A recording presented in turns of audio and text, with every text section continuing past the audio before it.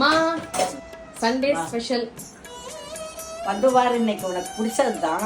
பார்க்குறியா? பார்க்கலாமே. சுட சுட சாதம். சூப்பர். மீன் குழம்பு. இந்த மீன் குழம்பு சங்கரா மீன். சங்கரா மீன் எங்கடா நானும் சங்கரா மீனவே. இந்த சங்கரா மீன் புளிப்பு மாங்காய் அப்புறம் இது பாறை மீன். அவ்வளோதான் போட்டு மீன் குழம்பு. அப்புறம் மீன் வறுவல். செம்மையா